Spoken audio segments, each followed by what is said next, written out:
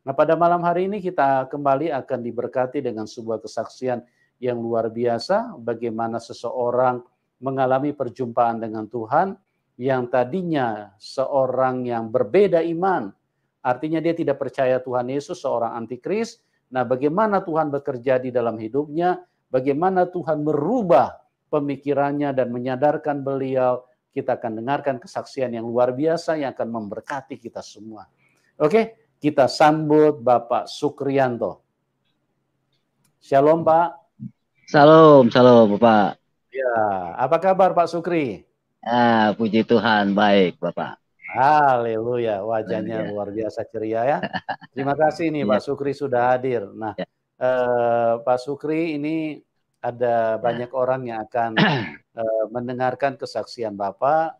Bapak mengalami Ya, perjumpaan dengan Tuhan dan Bapak bisa ceritakan secara lengkap, secara jelas bagaimana Bapak yang tadinya tidak percaya Tuhan Yesus, seseorang yang tadinya antikris, artinya tidak percaya kepada ketuhanan daripada Tuhan Yesus, tidak percaya kepada Alkitab.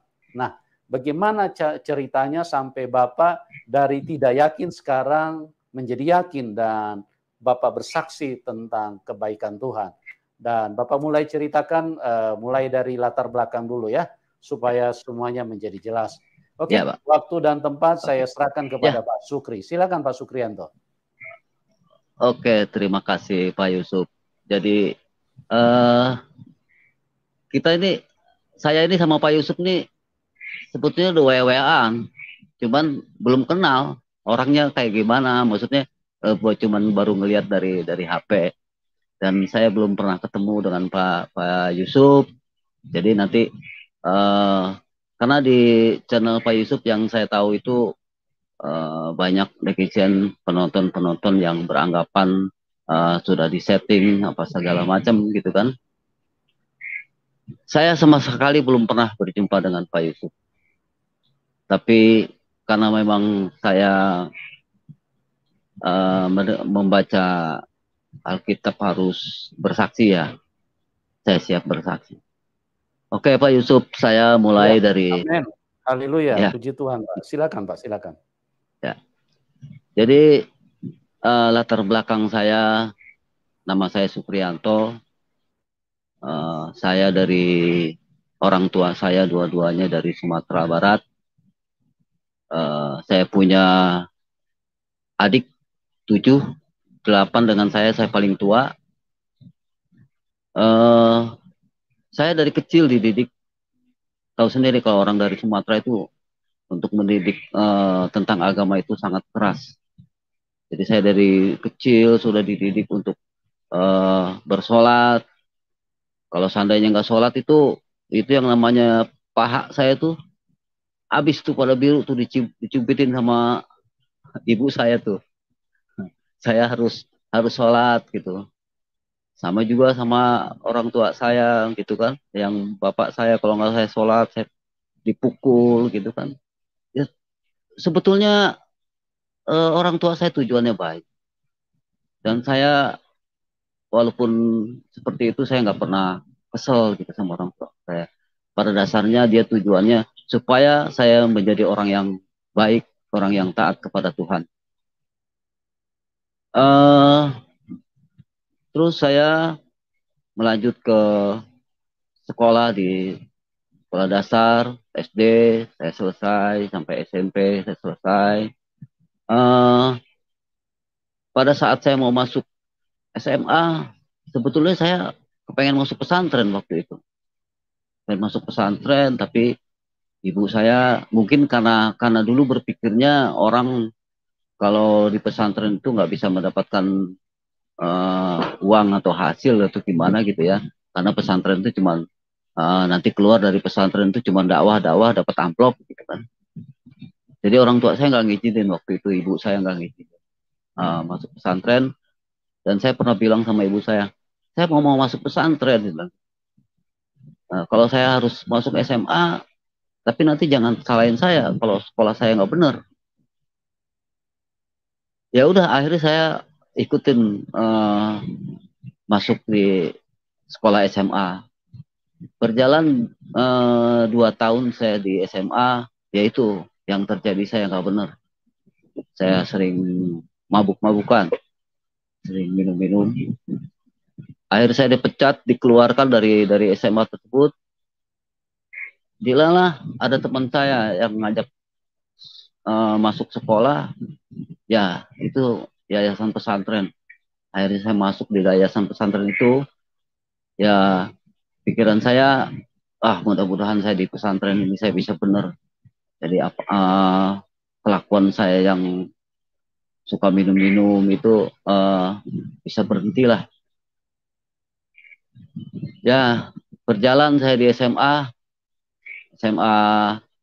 di yayasan pesantren, tapi di SMA-nya, tapi itu bunyinya yayasan pesantren, tapi di SMA-nya saya. Selesai saya sekolah di situ, sudah selesai sampai SMA. Beranjak dewasa, saya waktu di SMP sampai SMA itu saya seneng sama ikut-ikut pengajian itu. Saya senang ikut-ikut pengajian, saya berangkat ke pengajian ini, saya berangkat ke pengajian ini, senang. Sampai di SMA kelas 1 itu saya sebagai ketua pemuda Muhammadiyah. Saya latar belakang dari Muhammadiyah. Orang tua saya Muhammadiyah juga, latar belakangnya. Jadi saya senang ikut-ikut pengajian itu. Berjalan sampai SMA kelar, saya menikah dengan sama istri saya. Setelah menikah, mulailah baru saya punya anak saya yang pertama. Dari anak saya yang pertama, barulah saya teringat dengan kata-kata orang tua saya, ibu saya. Saya itu karena saya itu bandel, jadi ibu saya pernah bilang begini sama saya. Kamu nih segini bandelnya, tapi nanti lihat anak kamu. Karena memang saya bandel, Pak. Saya bilang gini, saya balik lagi sama orang tua saya bilang gini. Ya itu mah gimana saya nanti ngurus anak saya bilang gitu. Itu saking bandelnya saya. Tapi setelah anak saya yang pertama lahir, baru teringat itu kata-kata ibu saya itu seperti itu. Ya Allah, kalau seandainya, katanya kan doa, ya waktu kalau ibu itu, perucapan ibu itu diijabah gitu. Jadi kalau, aduh saya takut gitu. Kalau seandainya nih ucapan yang kemarin ibu saya bilang itu bisa jatuh kepada anak saya, dan anak saya bisa lebih bandel dari saya gitu. Ya Allah, gimana ini, saya bilang. Akhirnya rasa ketakutan saya di situ ada, Pak.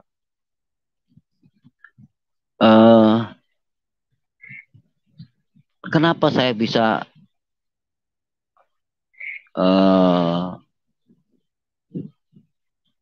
mengenal Tuhan Yesus? Kenapa saya bisa menerima Tuhan Yesus? Sebetulnya, Pak, dari perjalanan 7 tahun yang saya bilang, saya perjalanan 7 tahun saya dikasih mimpi, akhirnya saya goncang dengan sholat saya. Jadi pada suatu ketika saya lagi bawa mobil, bermimpi nih saya lagi bawa mobil, di jalanan itu ada jalanan yang rusak, dari ujung jalan sini sampai sebelah sini itu ada air, kobakan air gitu, kobakan air.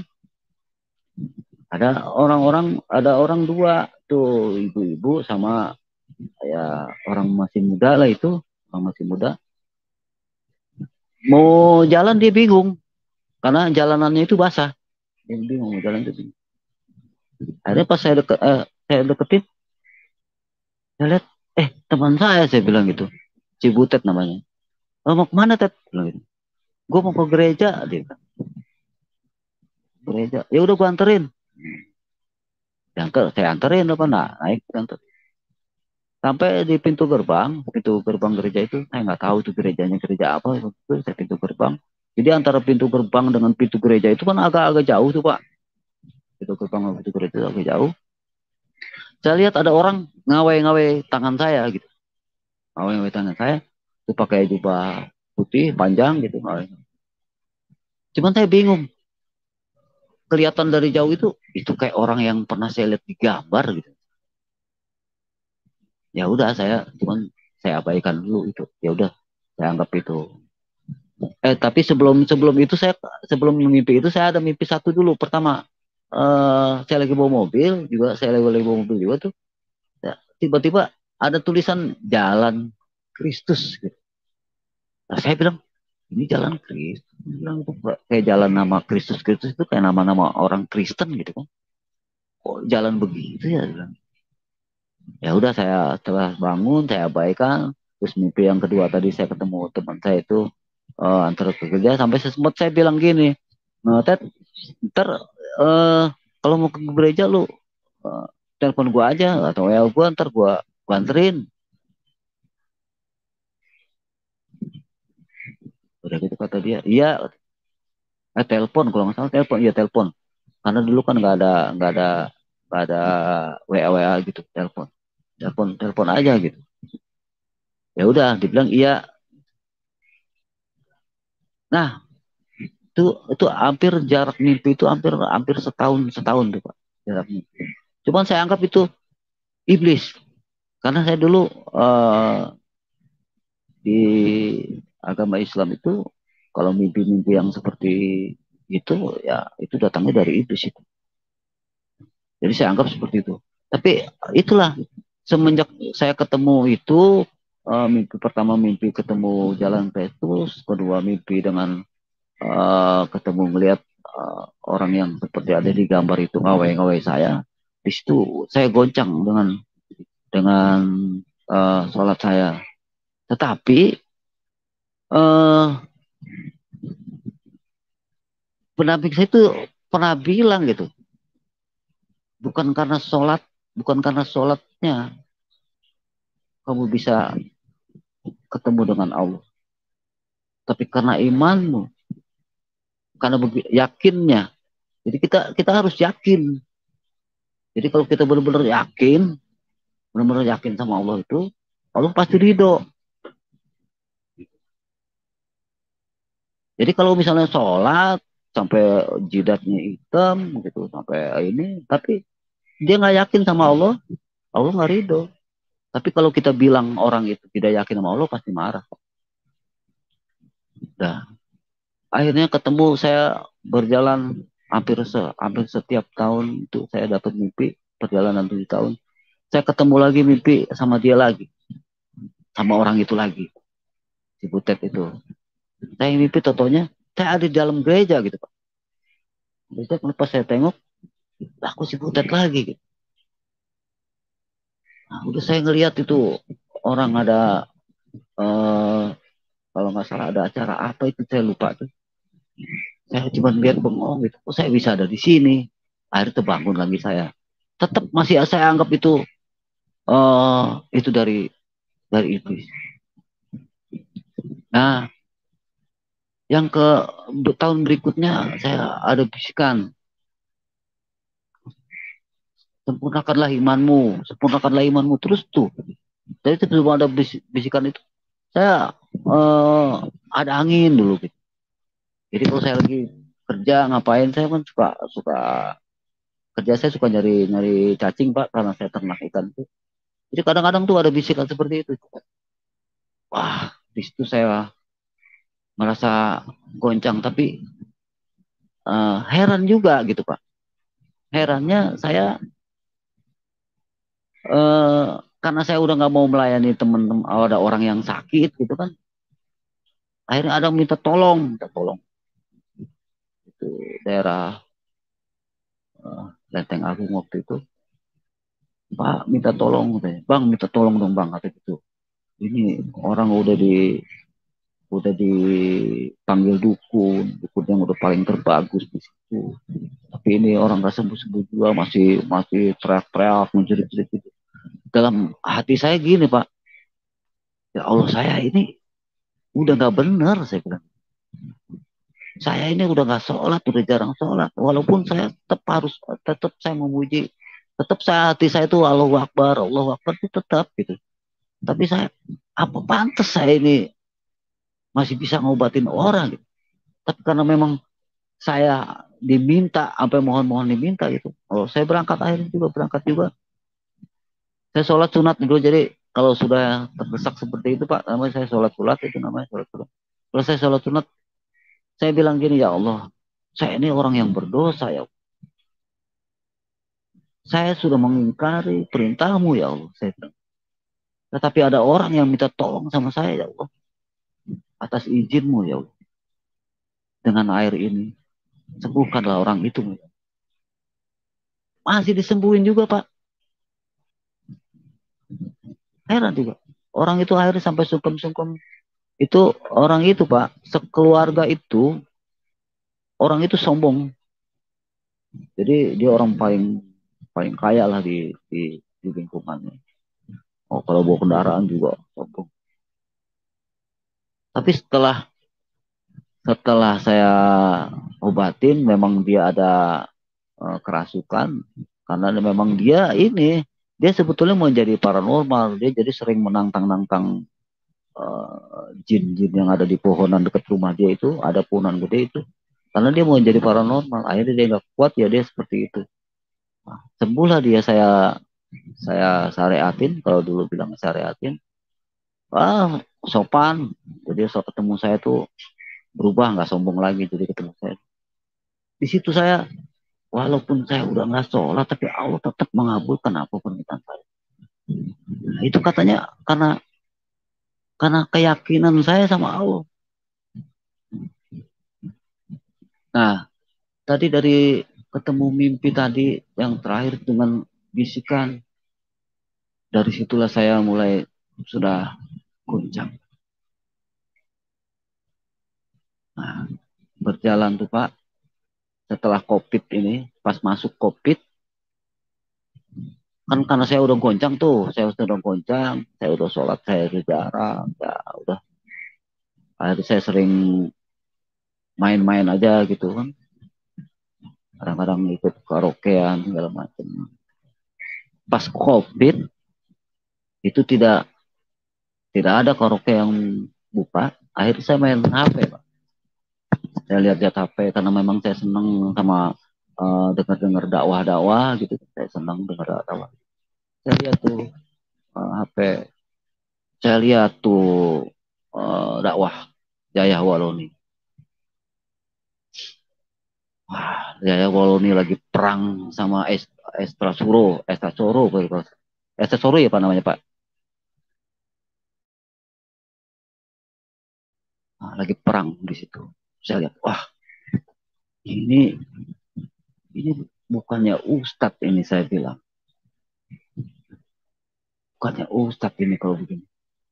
Jadi saya berpikirnya waktu itu Yahya Waloni, saya pikir waktu itu dia orang Kristen yang mempelajari Al-Quran dan dia akan melencengkan. Karena guru saya ngaji waktu dulu tuh pernah bilang juga, nanti ada seorang orang Kristen yang dia memahami tentang isi Al-Quran dan dia akan membelokkan. Wah, saya bilang ini dia orangnya nih. Saya bilang nih Yahya Waloni ini orangnya. Ini orang Kristen yang bisa membelokkan. Nanti akan, kalau kita dengar, dia akan membelokkan ayat-ayat Al-Quran. Kenapa? Saya bilang ini orangnya, Yahya Waloni ini orangnya. Karena setahunya saya, sepemahaman saya tentang saya mengaji, dan orang tua saya, ibu saya itu sering cerita tentang kemuliaan-kemuliaan Nabi Muhammad, kemuliaan Rasulullah Nabi Muhammad Shallallahu Alaihi Wasallam. Saya sangat memuliakan mereka, Pak. Sangat meninggikan mereka. Karena begitu banyak orang tua saya menceritakan tentang kemuliaan. Jadi makanya saya ngelihat Yahya Waloni ini, saya anggap bukan orang Islam, saya bilang. Karena saya tahunya, saya datangnya Nabi Muhammad, baginda Nabi Muhammad Rasulullah itu datang itu untuk menyempurnakan akhlak manusia gitu. Nah tapi ini kok ya walaupun ini mulutnya kayak begini, ceramahnya tuh kayak begini nih gitu. Jadi saya anggap wah ini orang Kristen nih, orang Kristen yang nanti akan bagus. Tapi ternyata bukan. Saya lihat lagi kayak Ustadz Nababan, si Ustadz Moko Bintang. Saya lihat orang-orang istilahnya seorang orang-orang Kristen yang mualaf. Wah, saya senang tuh melihatnya. Orang-orang Kristen mualaf pada begitu. Terus saya lihat banyak eh, seorang mualaf-mualaf tuh yang kayak Erinda Handono gitu. Tapi saya perhatiin, saya lihat lagi, kok dia pada ngebohong dengan statusnya dia gitu. Yang latar belakangnya sebetulnya bukan pendeta, dia ngaku pendeta. Yang latar belakangnya biarawati sebetulnya bukan biarawati. Kan sekarang zaman sudah bisa kelihatan Pak. Mau lihat status orang bagaimana sudah bisa tahu. Heran lah saya di situ. Nah, akhirnya saya ngelihat lagi Pak, ini seorang murtadin gitu. Nah, seorang murtadin itu kalau saya liatin ya dia selesai jadi pindah dari seorang Kristen, dari Islam pindah ke seorang Kristen itu, kok dia bicaranya baik gitu. Bicaranya nggak menghujat gitu. Bicaranya nggak menceritakan tentang Al-Quran gitu. Kok kalau orang-orang yang mualaf masih menceritakan tentang Alkitab. Ya udah, terus saya sering dengerin itu. Terakhir puncaknya Pak, saya dengar Ustadz Abdul Somad. Jadi sebelumnya saya udah dengar Ustadz Abdul Somad itu bagaimana. Saya dengar Ustadz Abdul Somad itu yang ceramahnya ceritanya ada seorang bertanya kepada saya, gitu. Bapak, saya kalau ngelihat salib itu saya gemeteran gitu. Kenapa itu Pak? Somad itu bilang begini, oh itu ada jin kafir. Jadi ada jin kafir, tangan dia sambil dibentangin sampai pala dia, oh madep kiri apa madep kanan gitu. Gitu. Itu saya herannya Pak. Saya merasa kesel. Saya merasa sakit hati sama orang itu. Sama Abdul Somad itu. Saya sakit hati. Karena apa? Karena Nabi Muhammad itu orang yang mulia, yang akhlaknya bagus. Menurut saya akhlaknya bagus.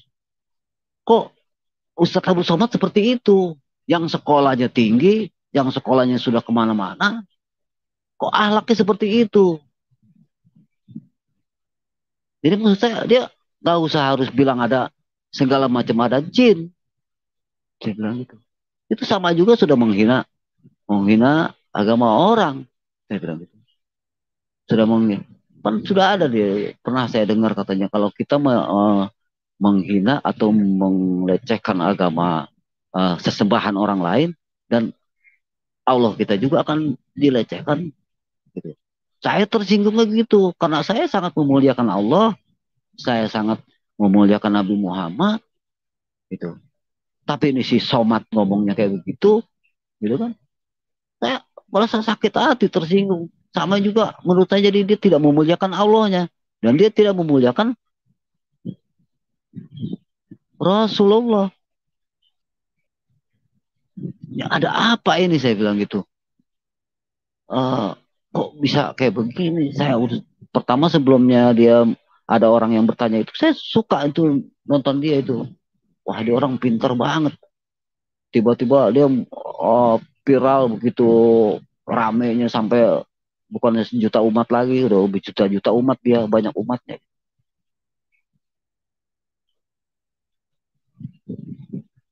Sakit hati saya sama dia. Nah dari situ Pak, dari situlah saya pengen tahu isi Apa sih isi Alkitab itu? Kok sampai sebegitunya Somad menghina uh, sesembahan orang? Saya pengen tahu isi Alkitab bagaimana. Tapi uh, puji Tuhan melalui HP tiba-tiba saya bisa dapat Alkitab. Saya baca Alkitab, Pak. Padahal dulu uh, saya kalau bilang megang Alkitab itu haram, nggak boleh. Jadi nggak boleh megang Alkitab, haram. Saya baca Alkitab, Pak. Waduh, kok enak banget baca Alkitab ini. Saya baca terus. Seneng saya baca tuh, Pak. Baca Alkitab. Wah, gimana ini ya? Saya mau belajar Alkitab ini. Ah, ingat saya sama teman saya tuh, yang namanya si Butet itu. Baru ingat sama si Butet tuh. Saya telepon dia, Pak. Itu kalau nggak salah udah 4 tahun yang lalu saya telepon dia. 4 tahun atau 3 tahun yang lalu saya telepon. Saya tanya sama dia, Ted, ini Ted, saya bilang, gue ini kemarin ada yang mimpi. Saya ceritain Pak mimpinya tuh. Yang mimpi yang tadi saya ceritain sama mereka. Sama si Butet itu. Herannya saya Pak, sama dia. Dia bilang gini malah sama saya. Sekarang begini aja, Tok. Lu berdoa sama Allah lu. Lu berdoa yang sungguh-sungguh, lu berdoa sama Allah lu. Lu minta jalan yang terbaik. Jalan yang benar tuh yang mana lu minta. Lu mohon aja sama Allah lu. Heran saya Pak, kok dia ngomong begitu? Saya bilang gitu. Kan kalau saya tanya mimpi saya dengan ustadz-ustadz yang saya tahu itu kan pasti jawabannya, ah itu dari iblis. Makanya saya nggak mau tanya. Mimpi-mimpi saya itu saya nggak mau tanya sama ustadz karena saya tahu. Orang saya eh, baca hati ustadz aja saya bisa tahu. Dulu saya tanya sama dia sama ustadz itu, saya bilang gitu. Dia malah bilang begitu. Lah kok lain saya bilang gitu. Katanya orang Kristen itu eh, malah ngajak-ngajak orang Kristen, orang masuk Kristen nanti dikasih Indomie, dikasih duit segala macam. Nah ini kok saya enggak, kok saya malah dibilang begitu? Kan jadi penasaran sama saya Pak. Lah kok dia malah bilang begitu? Saya bilang gitu. Nah, kebingungan saya bagaimana ini saya uh, bisa memahami tentang Alkitab itu. Nah, itu akhirnya saya lihat Yusuf, Pak channel Pak Yusuf, saya lihat, saya ibadahnya itu saya tonton dengan ibadah-ibadah lain, saya lihat lagi di di Alkitab itu. Nah, setelah itu wah, saya mau menyatakan kalau saya mau masuk Kristen. Jadi hampir dua tahun yang lalu saya pengen masuk Kristen tuh gimana ya. Saya datang ke gereja ini, pernah saya datang ke gereja ini. Wah, gerejanya serem amat, tinggi gitu, Pak. Tinggi, terus gambarnya apa tuh, ujung gitu, serem amat gitu. Udah akhirnya saya bingung lah, saya mau masuk gereja mana. Tiba-tiba saya ada masuk gereja gereja itu Pak, begitu serem. Uh, yang penting saya menyatakan saya mau pindah iman dulu. Pindah iman dulu, akhirnya saya nulis pernyataan, saya menandatangani sampai pakai materai, jadi ikut katekisasi. Katekisasi saya 2 tahun, Pak. Karena COVID. Jadi karena COVID, jadi ntar katekisasi, ntar enggak. Tapi perjalanan kenapa saya bisa terima Tuhan Yesus itu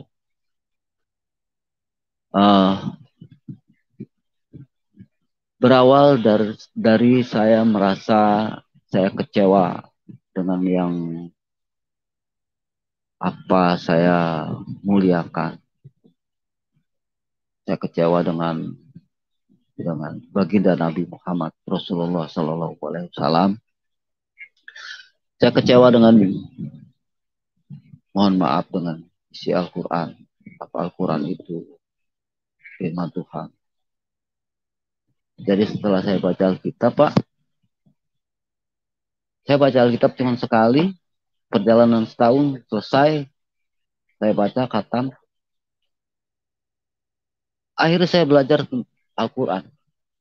Makanya begitu banyak saya malah mempelajari tentang Al-Quran. Kecewa, saya belajar Al-Quran, saya belajar hadis, saya ngeliat tafsir. Sekarang mau belajar apa? Mau belajar hadis, saya tinggal lihat di pakai HP udah kelihatan hadisnya. Dulu susah, harus beli bukunya mahal. Dan lagi pula saya dari latar belakang Muhammadiyah itu nggak pakai, maksudnya bukan hadis itu nggak begitu ini, karena Muhammadiyah itu uh, baca Al-Quran, ayat bahasa Arabnya, bahasa Al-Qurannya, terjemahnya. Jadi nggak hadis. Tapi setelah terjadinya kekecewaan saya sama Yahya Waloni, sama Somad, akhirnya saya mempelajari tentang Al-Quran. Kecewa saya dengan dengan isi Al-Quran.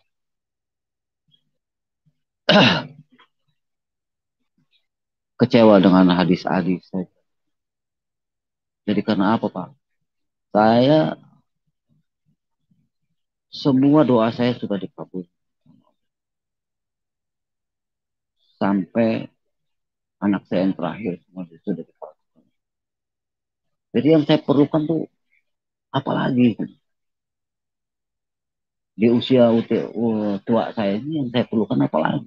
Saya cuman bagaimana saya bisa uh, mendapatkan surga. Berawal dari neraka. Wah, saya mencari ini. Ternyata, Pak, mungkin nggak tahu karena kebodohan saya, gitu. Saya nggak tahu uh, kalau di surga orang Islam itu mendapatkan 72 bidadari. Saya ngelihat ceramahnya dari Pak Ustadz Zulkifli dan Ustadz Firanda waktu itu. Ada satu lagi Ustadz yang matanya sipit. Yang dia bilang katanya, apa yang kita dapat nanti di surga? Dia bilang, aduh, kayaknya saya dengar dia ngomong itu sampai apa? Aduh, malu saya ngomongnya kali. Nah, dia bilang, nanti kita di surga kita mendapatkan 72 bidadari, 72 apa 73 bidadari. Kita akan mendapatkan 73 bidadari dan pekerjaan kita sepanjang hari hanya memecahkan keperawanan bidadari. Pecah perawan lagi, pecah perawan lagi. Jijik saya dengarnya, Pak. Saya orang nggak benar, saya tukang mabuk. Tapi saya dengar orang ceramah itu kok begitu. Emang apa ada hadis seperti itu? Apa ada di Al-Quran seperti itu? Yang mungkin karena kebodohan saya nggak mempelajari tentang Al-Quran atau tentang hadis. Ternyata memang ada. Kalau di Al-Quran saya baca di surat Yasin ada. Tapi bunyinya bukan 73 bidadari. Bunyinya nanti kita di surga mendapatkan kenikmatan. Di situ saya nggak terima. Saya merasa kok mendapatkan kenikmatan, saya bilang gitu. Kalau mendapatkan nikmat, saya bisa terima. Kenapa? Saya di saat saya berzikir, waktu itu di saat saya berzikir terus sepanjang malam saya berzikir. Tiba-tiba saya ada di suatu, saya masih duduk bukan di mimpi Pak, lagi berzikir gitu. Tiba-tiba saya ada di suatu eh, halaman rumput. Saya berzikir sila di situ rumput sampai pukulan itu indah, sejuk rasanya gitu. Wah, ya Allah, begitu nikmatnya saya memuji nama Allah. Allah Akbar, Allah Akbar. Saya merasakan, nggak tahu saya namanya belum tahu surga, apa ini surga gitu. Jadi waktu saya saat saat berzikir itu bukannya mimpi ini, saya istilahnya saat saya berzikir itu tiba-tiba melayang gitu. Tiba-tiba saya sepertinya ada di suatu tempat seperti itu waktu saat berzikir. Karena eh, kita di saya bukannya kalau kita saya jadi berasa yang ngajarin orang. Saya nih merasa kalau saya memuji nama Allah itu, Allahu Akbar, Allahu Akbar, Allahu Akbar, Allahu Akbar. Itu kadang-kadang suka terpikir dengan bagaimana ini besok punya duit apa enggak, bagaimana ini besok ikan saya makan apa enggak. Wah, jadi kagak, kalau di Islam tuh bilang enggak khusyuk. Jadi khusyuk kita memuji-muji nama Allah. Ya, saya yang namanya kita bisa khusyuk memuji nama Allah itu ya di surga nanti gitu. Karena guru saya juga pernah bilang kalau kita mau ketemu sama Allah ya banyaklah berzikir, nanti kita di surga. Waktunya kita bisa melihat Allah, waktunya kita bisa memuji Allah. Itu guru saya ngomong gitu, Pak. Tapi kok di sini, di ceramah ini, saya bilang itu, di surga mendapatkan 73 bidadari, kerjaan kita begitu. Nah, berarti itu harinya ada berapa? Kalau di sini sekarang di dunia ini ada sebulan 30 hari gitu kan. Kalau 70 hari berarti selalu dia ada sebulan apa enggak ada. Jadi nggak kenal hari mungkin. Kerjaan kita cuma begitu aja. Kapan, kapan, kapan memuji nama Allah? Kalau kerjaan kita begitu. Sakit hati saya.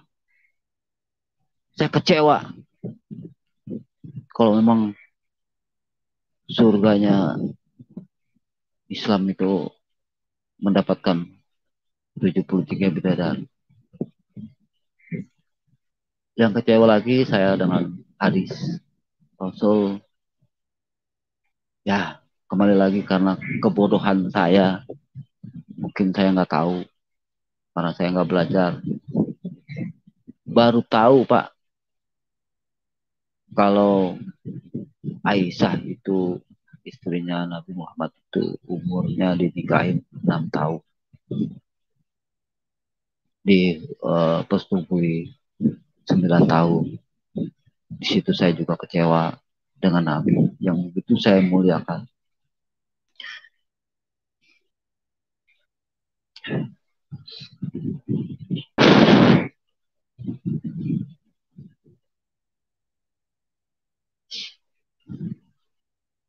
Jadi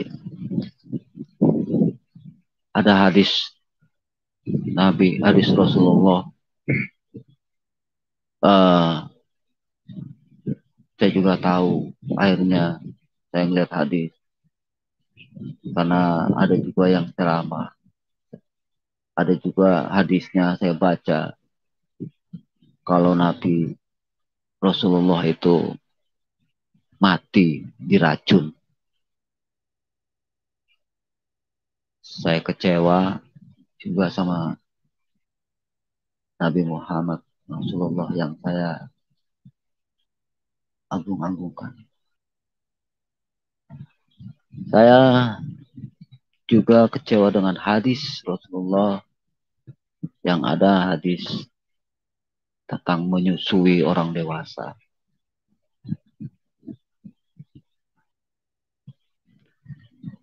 Banyak hadis-hadis setelah saya baca hadis-hadis yang kecewa. Banyak.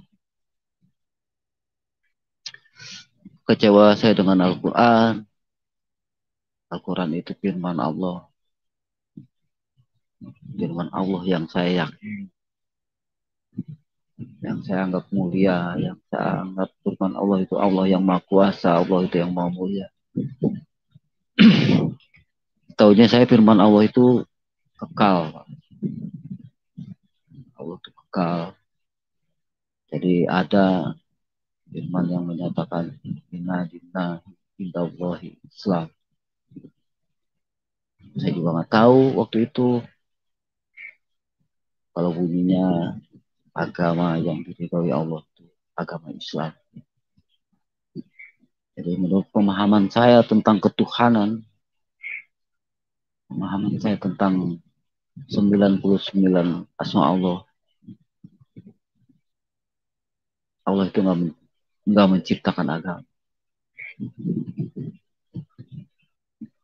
Allah itu maha pengasih, maha penyayang. Allah itu tidak melihat latar belakang orang.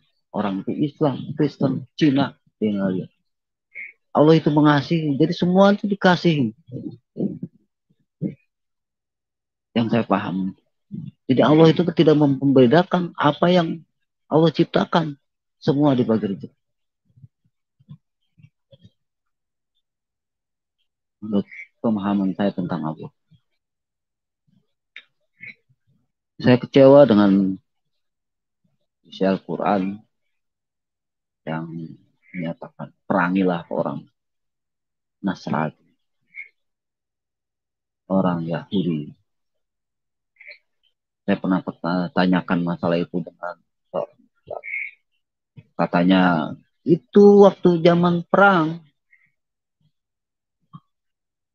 Ayat itu waktu zaman perang. Jadi saya berpikir berarti ayat firman Tuhan itu tidak kekal. Masa firman Tuhan itu bisa ada waktunya? Firman itu bisa menyatakan itu firman waktu perang. Taunya saya firman Allah itu ya hari ini Allah berfirman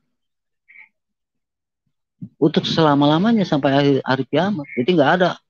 Jadi menurut saya itu perkataan Allah itu nggak bisa ditafsir. Nah itu dia mentafsirkan. Makanya itu ada tafsir, ada hari. Tafsirkan itu zaman perang. Di situ saya nggak terima juga.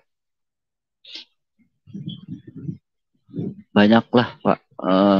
Saya takut menjadi dianggapnya nanti melecehkan atau menghina agama Islam. Tapi sebetulnya saya hanya kecewa. Saya hanya kecewa dengan Al-Quran. Saya kecewa dengan Nabi Muhammad.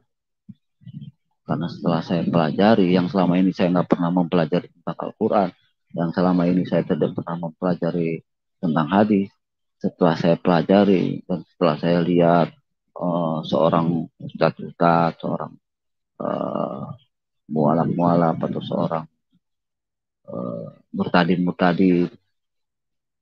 saya sudah tonton semua banyak. Jadi saya kecewa. Bukannya saya apa sama Allah saya kecewa? Enggak. Bukan Tuhan itu cuma satu, Allah itu cuma satu. Jadi saya tidak kecewa dengan Allah. Akhirnya saya bisa terima Tuhan Yesus setelah saya baca kitab, akhirnya saya merendung, saya belajar dari hasil kekecewaan saya. Saya menerima Tuhan Yesus bukannya saya dapat mimpi itu Tuhan Yesus melambai-lambai. Tidak, Pak. Saya belajar. Saya mencari jalan kebenaran.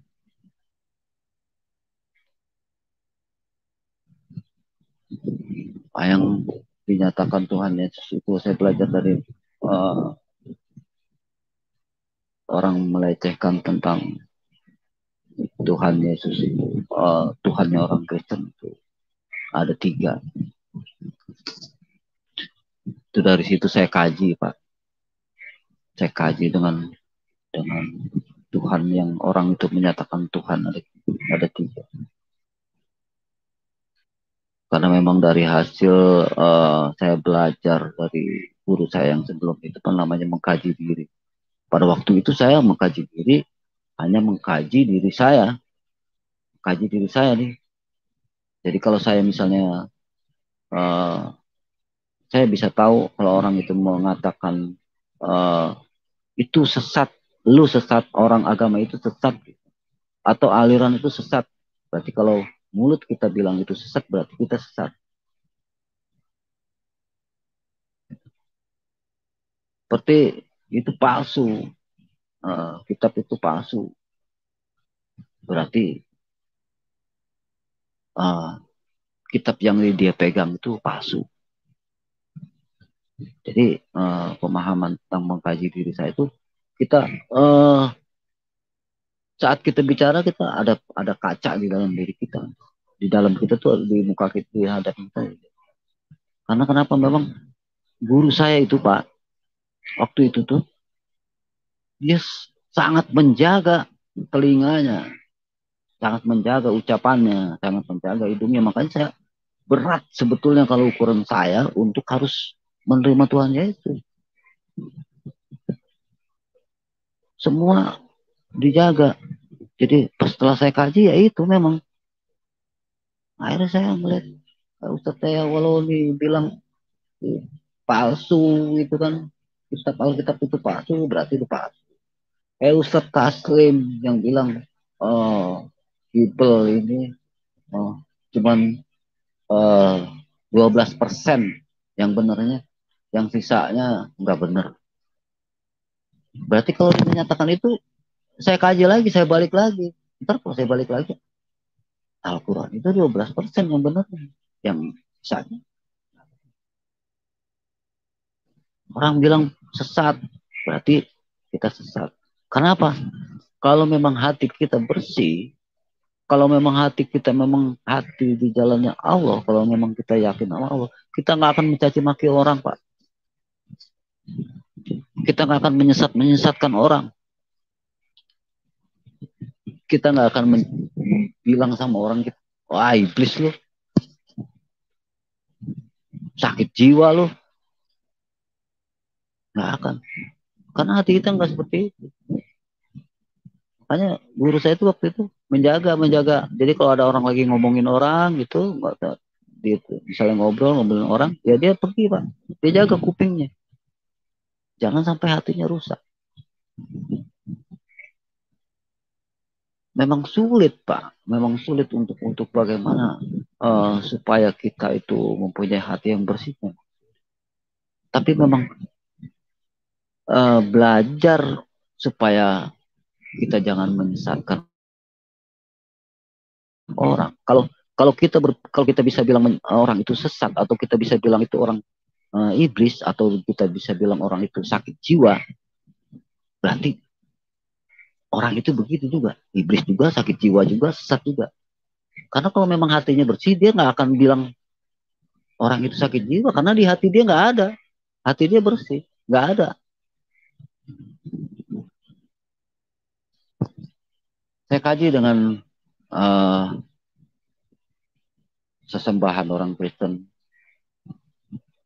3.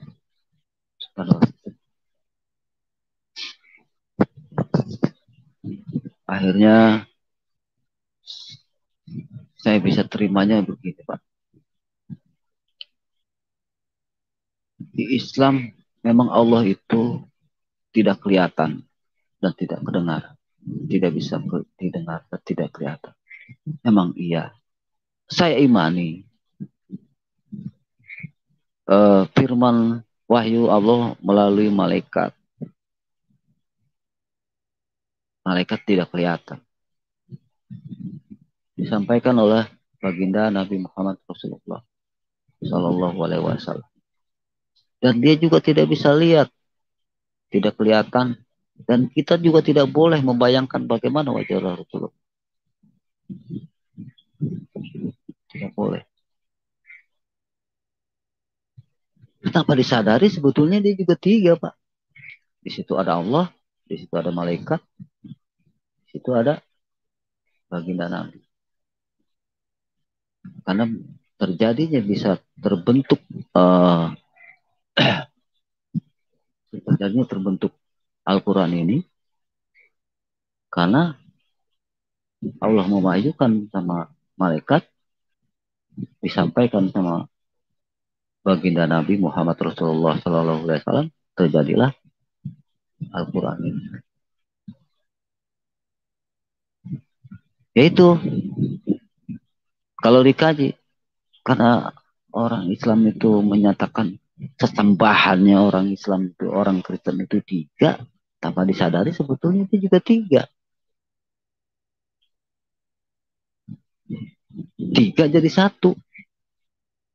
Allah, malaikat, Nabi Muhammad jadi satu. Karena terbentuknya ada ini, di sini ada Allah, di sini ada wahyu, ada malaikat, di sini ada Nabi Muhammad. Karena wahyu Allah itu disampaikan oleh malaikat, disampaikan lagi sampai Muhammad. Cuman ada pertentangan yang saya bilang kalau wahyu ini kekal, wahyunya Allah itu kekal. Kenapa Allah merintahkan sholat itu dari 50 sampai 30 sampai 5 waktu, itu sudah kekal, sudah nggak kekal dengan Allah. Banyaklah, banyak sebetulnya yang saya catat Pak. Kalau saya bahas tentang Al-Quran, takutnya saya salah dan saya menjadi masalah. Saya merenung tentang Allah, saya merenung tentang kenapa itu saya bisa, hati saya bisa merasa kok saya pengen terima Yesus. Jadi saya kajinya seperti ini Pak, saya kaji. Saya pengen tahu jadi yang nyata menurut logika juga saya. Allah berfirman, turunlah firman-Nya menjadi manusia. Kan saya baca tuh Allah berfirman, turun firman menjadi manusia. Firman itu menjadi manusia yaitu Yesus. Akhirnya firman itu berfirman.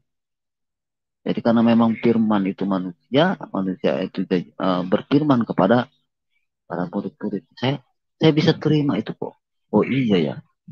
Allah itu kan maha kuasa. Allah bisa menjadikan apa aja. Allah bisa menjadikan firman-Nya apa aja.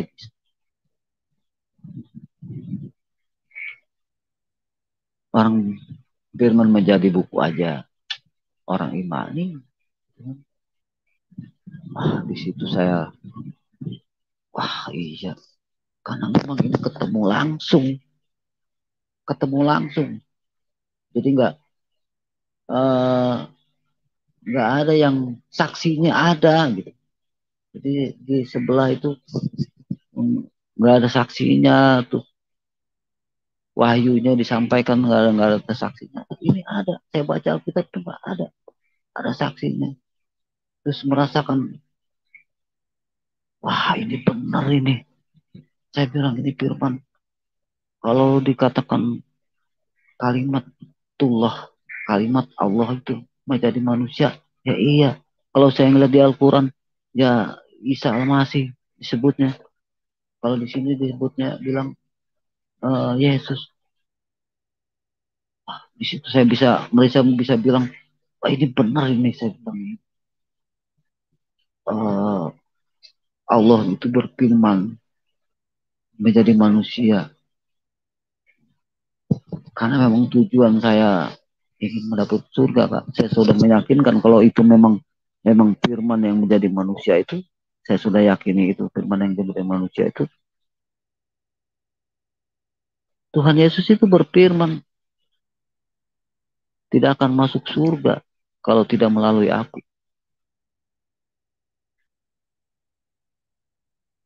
Saya berpikir, ya iya. Kenapa Kalau melalui yang sebelah banyak ada dosanya, sampai dosanya juga dosa dari sekarang sampai yang akan datang sudah diampuni. Tapi ini Tuhan Yesus tidak punya dosa dan memang tidak ada dosanya sama sekali. Wajar kalau seandainya sebagai Tuhan Yesus, sebagai manusia yang sepenuhnya manusia, dia berfirman atau dia berbicara, eh, dia yang megang kunci surga istilahnya, dan dia orang umat itu tidak bisa masuk ke surga kalau tidak melalui dia karena dia orang suci.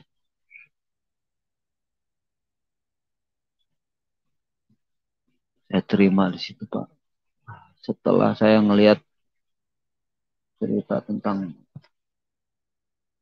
Yesus disalib, saya baca tentang Yesus disalib, nggak tahu hati saya kenapa, Pak. Hati saya tuh nangis, keluar air mata. Saya nggak tahu kenapa saya merasakan begitu begitu besarnya Tuhan Yesus berkorban. Dia rela mati, dia rela mati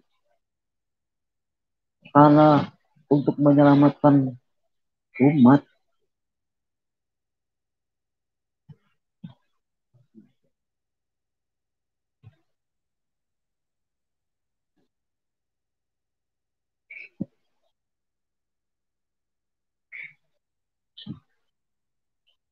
Jadi yang kemarin saya pikir orang menyembah manusia, ternyata itu bukan manusia, sembarangan manusia. Ternyata itu memang Allah, memang Tuhan yang menjadi manusia, bukan manusia yang. Allah menunjukkan cara bagaimana berkurban. Allah sendiri yang menunjukkan. Dia rela mengubarkan anaknya. Dan saya meyakini anaknya.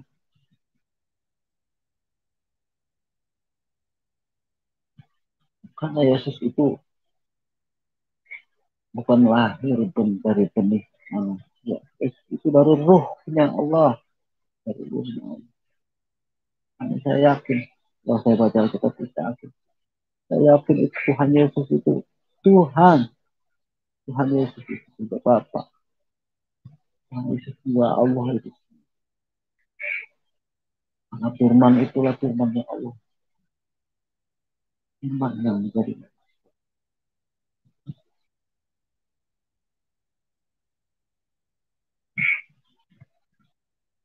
Itu sering saya menangis, Pak. Saya baca Alkitab.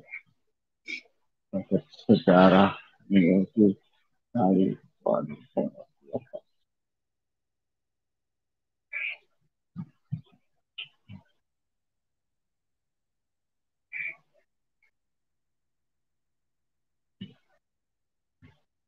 itulah saya akhirnya saya terima Tuhan Yesus. Saya nggak aturan rencananya saya mau bersepakat banyak tentang itu dalam Quran yang sangat menghati saya.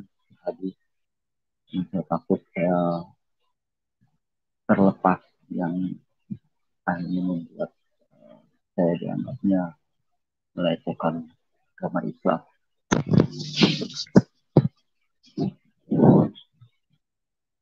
Saya sudah menjadi seorang Kristen, seorang pengikut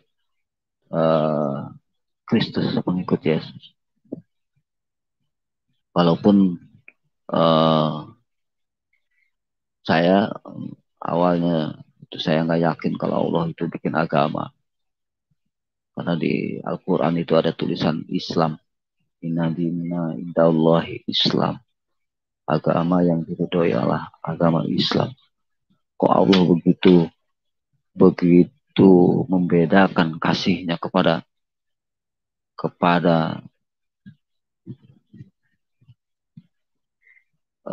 kitab yang lain. Jadi cuma hanya Al-Quran yang benar. Jadi kitab yang lain, Jabur, Taurat, Injil, Itu nggak benar. Kenapa Allah seperti itu? Akhirnya saya udah banyaklah saya kekecewaan saya. Setelah itu Pak, saya dibaptis tanggal 10 Februari. Saya dibaptis. Setelah saya dibaptis, saya begitu takut saya untuk menyampaikan semua ini kepada istri saya, kepada anak-anak saya, pada orang tua saya, kepada adik-adik saya. Saya begitu takut walaupun di awalnya istri saya sudah sangat marah dan begitu kecewanya istri saya sudah merasa takut. Setelah saya dibaptis, saya menerima piagam semacam bukti pembaptisan saya. Saya telah menerima itu. Bingung saya bagaimana saya mau menyampaikan, dan takut saya bagaimana saya mau menyampaikan kepada anak istri saya, pada orang tua saya. Jadi takut saya rasanya. Akhirnya pas di Idul Fitri ini Pak, saya di Idul Fitri ini, saya malamnya berdoa atas nama Tuhan Yesus. Ya Tuhan, hari ini saya sangat memuji-muji nama-Mu Tuhan. Tunjukkanlah kuasa-Mu Tuhan, supaya rasa ketakutan saya ini hilang. Saya ingin menyampaikan kalau saya ini sudah dibaptis Tuhan, kepada orang tua saya, kepada adik-adik saya, kepada istri saya, dan kepada anak saya. Saya takut Tuhan. Saya takut dia akan mencaci maki saya. Saya takut dia tidak akan sayang sama saya. Saya takut dia tidak akan menerima saya sebagai kakaknya. Saya takut orang tua saya tidak menerima saya sebagai anak. Saya takut sebagai anak saya tidak menerima sebagai bapaknya. Ya Tuhan, tunjukkanlah kuasa-Mu Tuhan. Aku percaya Engkau maha kuasa. Aku percaya Engkau Tuhan. Tunjukkanlah Tuhan. Saya berdoa atas nama Tuhan Yesus Kristus. Haleluya. Amin. Puji Tuhan, Pak. Saya begitu bangga, begitu sedih, begitu hikmat saya menerima kuasa Tuhan. Di hari Idul Fitri, saya bilang mengaku kepada orang tua saya, pada adik-adik saya, kalau saya sudah dibaptis. Puji Tuhan, Tuhan tunjukkan kuasanya kepada saya, Pak. Adik-adik saya yang saya anggap, yang saya pikirkan dia akan mencaci maki saya. Karena pada dasarnya awalnya itu saya ini sebagai panutan bagi mereka. Tiba-tiba dia, walaupun saya ada pertanyaan-pertanyaan, tapi dia puji Tuhan bisa menerima saya. Dia bisa menerima saya, dia hanya berbicara ya istilah mudah-mudahan bisa kembali ke jalan yang benar. Dan orang tua saya juga Pak. Aduh, karena ada adik sepupu saya yang murtad, bapaknya langsung mencoret namanya. diusir dari keluarganya. Jadi orang adiknya wak saya itu kan bapak saya. Saya beranggapan bapak saya akan seperti itu. Sama seperti itu. Karena kakaknya juga seperti itu. Ada anaknya yang murtad, anaknya diusir. Dan dihapus dari kakak itu. Dari kartu keluarga. Tapi puji Tuhan, Tuhan melakukan kuasanya pada saya Tuhan. Orang tua saya begitu baik tiba-tiba. Dan dia begitu bisa menerima walaupun hatinya sedih, walaupun hatinya hancur, dia merasa. Saya bilang kepada orang tua saya, ya papa, maafkan saya.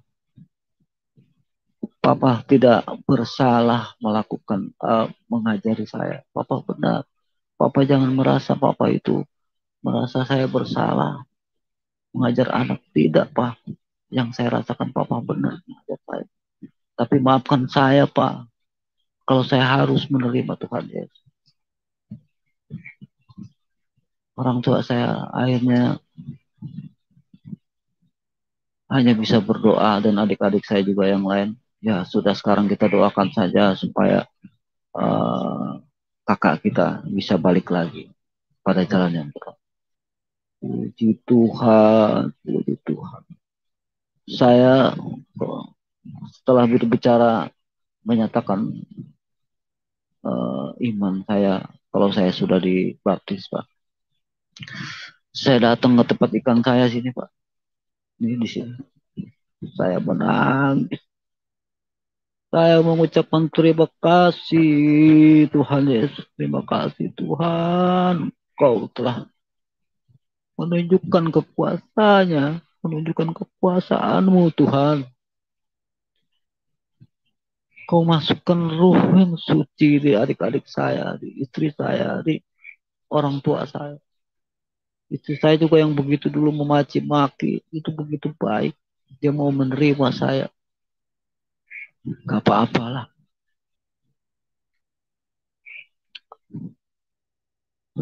Menangis saya. Saya berdoa menangis. Saya berterima kasih Tuhan. Terima kasih Tuhan. Secara langsung kau tunjukkan kuasamu kepada saya Tuhan.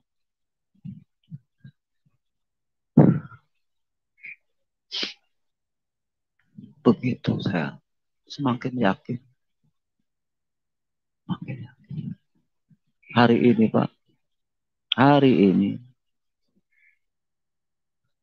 Karena baru kemarin saya menyatakan baptis CD saya kepada orang tua dan adik-adik saya.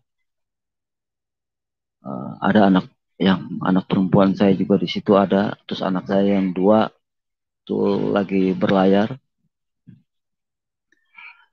Saya khawatir anak saya yang 2 itu juga akan benci kepada saya, akan memarah kepada saya. Tapi saya berdoa sama Tuhan. Saya yakin Tuhan Yesus akan merubah pikirannya yang aturan benci jadi tidak benci.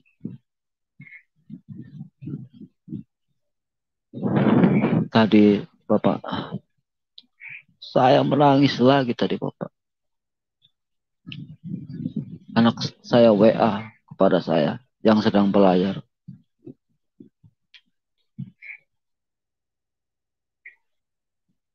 Papa jaga kesehatan.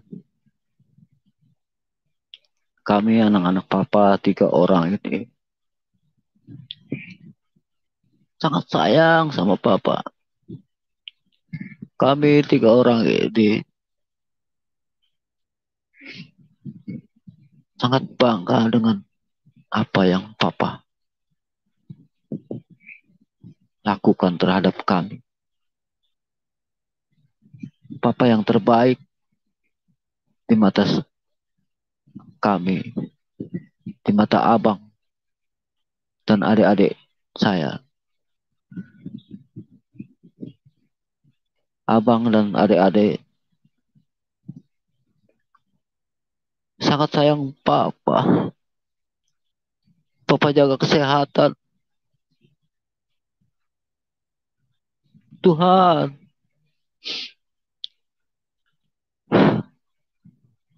Kau tunjukkan lagi kuasa-Mu, Tuhan. Kau tunjukkan lagi kuasa-Mu, Tuhan. Ketakutan saya takut tinggal dengan anak-anak saya. Kau tunjukkan. Anak saya masih begitu sayang sama saya, Tuhan.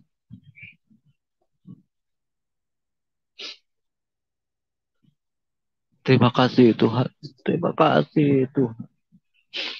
Terima kasih, Tuhan. Haleluya. Amin.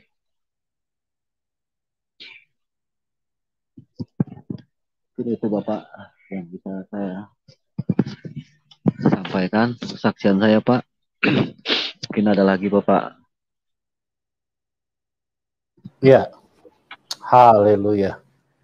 Luar biasa sekali. Jadi Pak Sukrianto benar-benar melalui sebuah pengkajian yang cukup panjang, di mana mempercayai Tuhan itu memang harus melalui sebuah pengkajian. Kita tidak boleh hanya mendengar apa kata orang, kata A, kata B, kata C, kata D. Tapi belajarlah, dikajilah, pelajarilah berdasarkan apa yang tertulis atau apa yang tertuang, atau kita juga bisa belajar tentang sejarah.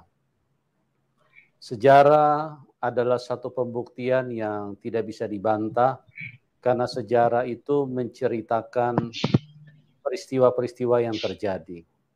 Jadi pada saat ini lewat sebuah pengkajian yang cukup panjang, maka Bapak Sukrianto memilih Tuhan Yesus sebagai Tuhan dan Juru Selamat pribadinya. Nah, teman-teman, saya berdoa supaya apa yang dibagikan oleh Pak Sukrianto bisa menjadi berkat bagi banyak orang, dan mungkin ada di antara teman-teman yang sedang kebingungan, atau mungkin juga sedang bertanya-tanya, siapa sih Tuhan yang benar? Atau mungkin siapa sih Tuhan yang menciptakan diriku? Nah, kita bisa bertanya langsung, teman. Jadi kita tidak, dengan Tuhan itu sebetulnya komunikasi itu sangat terbuka. Kan Tuhan itu sebetulnya dekat sekali dengan manusia. Ciptaan yang paling sempurna itu adalah manusia. Bahkan Alkitab menyatakan itu di dalam Kejadian 1 ayat 26, kita diciptakan segambar dengan Dia. Coba Anda renungkan betapa spesial, khusus, yang mungkin bahasa saya tidak terlalu sempurna untuk menjelaskannya. Tapi manusia itu diciptakan segambar loh. Segambar dengan pencipta itu sendiri. Bagaimana mulianya manusia itu. Dan kalau manusia begitu mulia dan manusia dikatakan dia adalah makhluk yang begitu spesial, tentu manusia adalah pribadi yang begitu dekat, bisa berkomunikasi. Tanya dengan Tuhan. Pada saat Anda berdoa, tanya dengan Tuhan. Siapa Tuhan yang sebenarnya? Siapa yang menciptakan diriku? Nah, kalau Dia Tuhan yang benar, saya yakin Dia akan menciptakan, Dia akan menunjukkan, karena Dia maha hadir. Hakikat Tuhan itu sangat sederhana. Dia maha hadir, Dia maha kuasa, dan yang tidak kalah pentingnya Dia maha baik, Dia maha kasih. Jadi kalau Dia Tuhan yang benar, Dia tidak memilih kelompok. Ya, kalau kelompok ini aku kasihi, kalau kelompok B, oh tidak, karena Dia tidak percaya sama aku. Tuhan itu tidak seperti itu. Bahkan sekalipun Anda orang yang menghina Tuhan, kalau kasih Tuhan itu tidak bisa dibatasi. Tuhan tetap mengasihi, Pak. Iya, Tuhan tetap mengasihi. Amin. Masih ingat tentang Begitu Paulus? begitu Ya, begitu banyaknya channel-channel Muslim kayak si Nandar, Juma itu menghujat Tuhan Yesus, tapi dengan dia menghujat atas nama Tuhan Yesus itu dia mendapatkan uang banyak. Jadi begitu begitu kasihnya, walaupun Tuhan Yesus walaupun dihujat itu Tuhan Yesus sama dia, tapi dia tetap mendapatkan rezeki, mendapatkan uang dari hasil hujatannya itu. jadi begitulah. Iya, Pak. Jadi Ah, yang saya mau sampaikan, Tuhan iya, Yesus kasihnya tidak terbatas, tidak dibatasi dengan penghinaan, penghujatan atau pelecehan yang sering dilontarkan oleh banyak orang bahwa dia bukan Tuhan, dia hanya manusia, dan hinaan-hinaan yang tidak pantas seringkali dilontarkan oleh manusia. Tuhan Yesus tidak terpengaruh dengan itu. Dia tidak marah-marah, bahkan ada begitu banyak narasumber yang bersaksi di channel kami, mereka dulu anti, mereka sangat membenci, mereka sangat menghina Tuhan, bahkan segala macam cara mereka lakukan.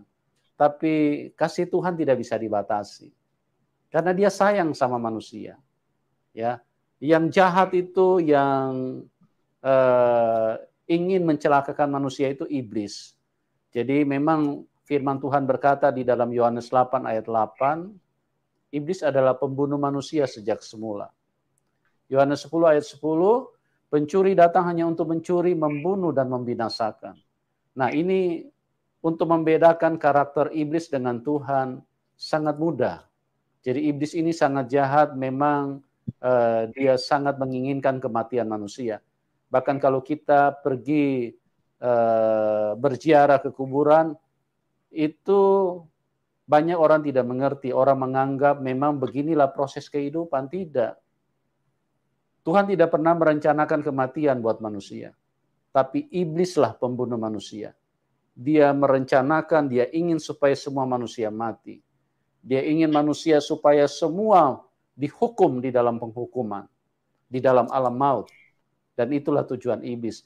Makanya dia mendatangkan celaka bagi manusia, kecelakaan di mana-mana, melalui kendaraan, melalui pesawat, melalui kapal, melalui bencana, melalui peristiwa-peristiwa kecelakaan pribadi.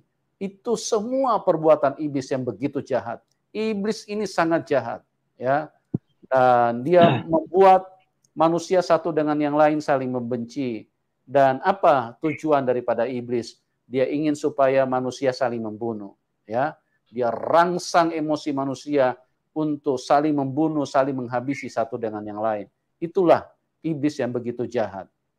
Jadi sekali lagi saya berdoa supaya di dalam hidup ini kita boleh menemukan kebenaran dan kita boleh dilepaskan oleh Tuhan Yesus dari tangan kegelapan, dari tangan hal-hal yang bisa membawa kita kepada penghukuman neraka yang kekal. Tuhan Yesus datang mati buat kita semua. Tuhan Yesus berkorban memberikan nyawanya. Banyak orang berkata begini, mereka tidak mengerti Pak Sukrianto. Mereka berkata, kalau Tuhan Yesus mau mengampuni dosa, tidak perlu dia datang, tidak perlu dia mati di salib. Oh, Anda keliru. Anda salah. Anda tidak mengerti tentang kebenaran. Anda tidak mengerti tentang firman. Ya, tanpa Anda minta ampun pun Anda sudah diampuni. Waktu di atas kayu salib, Tuhan Yesus berkata, ampunilah mereka, sebab mereka tidak tahu apa yang mereka perbuat. Iya, betul. Anda tidak minta ampun pun Anda sudah diampuni. Rasul Paulus itu adalah seorang manusia yang sangat jahat, sangat sadis. Dia membunuh banyak orang yang mengikut, yang percaya kepada Tuhan Yesus. Dan dia tidak minta ampun kok. Malah dia dalam perjalanan menuju ke Damsyik dengan emosi yang meluap-luap, dengan kuasa penuh dari imam-imam kepala, imam besar untuk menghabisi, membunuh orang-orang Kristen yang percaya kepada Tuhan Yesus. Saya ingin sampaikan untuk membuka pengertian kita tentang kebenaran. Banyak manusia tidak mengerti. Rasul Paulus tidak minta ampun, bahkan dia ke Damsyik itu ingin membunuh lebih banyak lagi. Dan Tuhan Yesus datang dan mengasihi dia. Tuhan Yesus menyatakan kasihnya. Tuhan Yesus tidak datang langsung tempelin kurang ajar kau ya, kau habisi orang-orang Kristen, atau Tuhan Yesus langsung bunuh dia di tengah jalan. Tidak. Tuhan yang baik, Tuhan yang benar itu, dia hakikatnya tidak bisa berubah. Dia kasih. Kasihnya kekal.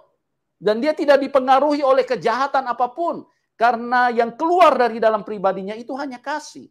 Pengampunan dan belas kasihan, dan ingin supaya manusia semua bahagia. Itulah yang terdapat di dalam Tuhan Yesus. Jadi teman-teman, bagi Anda yang belum mengenal Tuhan, jangan sampai terlambat, karena Yohanes 14 ayat 6, ya, akulah jalan kebenaran dan hidup, tidak ada seorang pun yang dapat datang kepada Bapa kecuali melalui aku. Ya, karena dialah yang mengalahkan maut, dialah yang mengalahkan iblis, dia bangkit dari kematian. Kenapa dia bangkit dari kematian? Karena dia manusia suci, dia tidak berbuat dosa, tidak ada dosa sedikit pun di dalam dia. Makanya karena dia di alam maut, setelah dia menyelesaikan penebusan, dialah yang berhak menebus, membayar dosa kita semua. Ya, dosa, upah dosa adalah maut. Jadi dialah yang menjadi jalan keselamatan bagi kita semua. Dan di dalam Kisah 4 ayat 12, di bawah kolong langit ini tidak ada nama lain yang olehnya manusia diselamatkan kecuali di dalam nama Tuhan Yesus Kristus. Yohanes 3 ayat 16, karena begitu besar kasih Allah akan dunia ini, sehingga ia mengaruniakan anaknya yang tunggal, supaya setiap orang yang percaya kepadanya tidak binasa, melainkan beroleh hidup yang kekal. Luar biasa, ya. Begitu dahsyatnya Tuhan menjangkau Pak Sukrianto dan juga yang lain-lain, dan saya berdoa supaya teman-teman juga bisa mengalami hal yang sama. Asal buka hati saja dan carilah kebenaran, selidikilah dan pelajari sungguh-sungguh bahwa siapa yang menciptakan dirimu, Tuhan yang mengasihi, Tuhan yang merindukan Anda supaya diselamatkan. Dan terima kasih buat Pak Sukrianto atas kesaksian yang luar biasa. Saya berdoa supaya Bapak ada yang mau saya sampaikan, Pak. Ya, silakan, Pak. Ada dua yang saya mau sampaikan. Ya. Mungkin yang terutama kepada anak-anak Tuhan, mohon maaf kalau saya menyampaikan ini, tepatnya berarti saya lebih pintar atau lebih mengerti, gitu. Karena saya melihat banyak orang yang saya heran kalau anak Tuhan itu bisa menjadi seorang mualaf dan dia pindah ke agama sebelah. Makanya yang saya harapkan anak-anak Tuhan itu, Tuhan Yesus itu tidak menghilangkan 10 hukum Taurat dan digenapi dengan hukum kasih.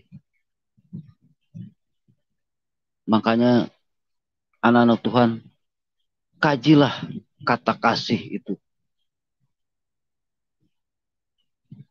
Kalau kita sudah memahami kata kasih, terkasih, kasih, kita nggak akan jadi mualaf. Kita akan merasakan namanya kasihnya Tuhan itu. Karena apa, Bapak?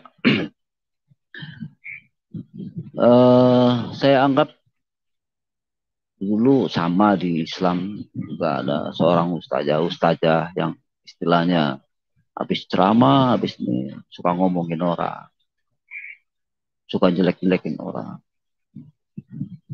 Ternyata hamba Tuhan juga, anak-anak Tuhan juga ada yang begitu. Dia memahami tentang isi-isi ayat-ayat, dia tahu tentang ayat-ayat, tapi karena nggak ada kasih di dalam diri dia,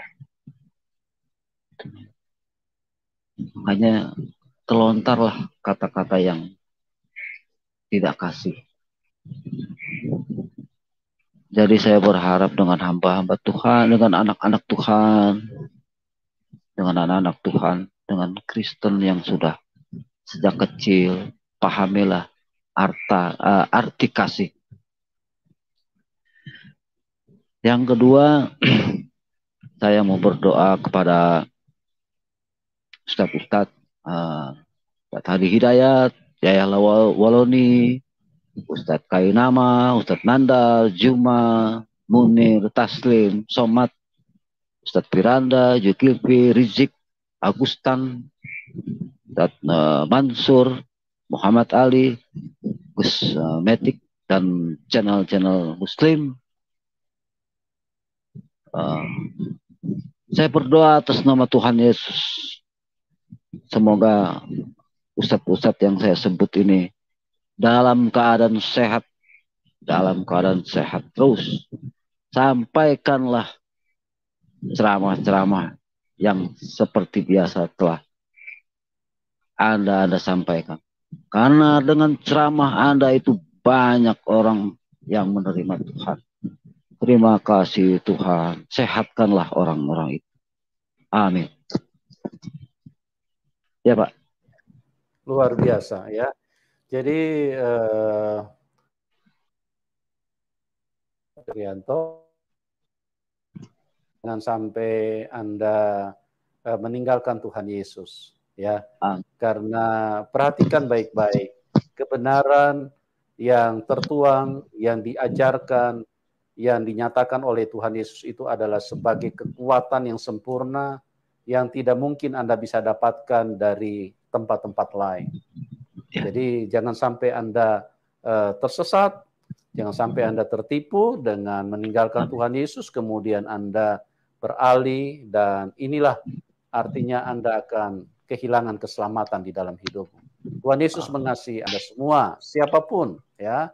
Dan yang kedua juga ini ada sesuatu yang luar biasa, saya lihat bagaimana Pak Sukrianto berdoa dengan tulus ya, supaya ustadz-ustadz yang suka istilahnya merendahkan kekristenan, dia justru malah dia doakan supaya sehat-sehat dan ceramahlah seperti biasa.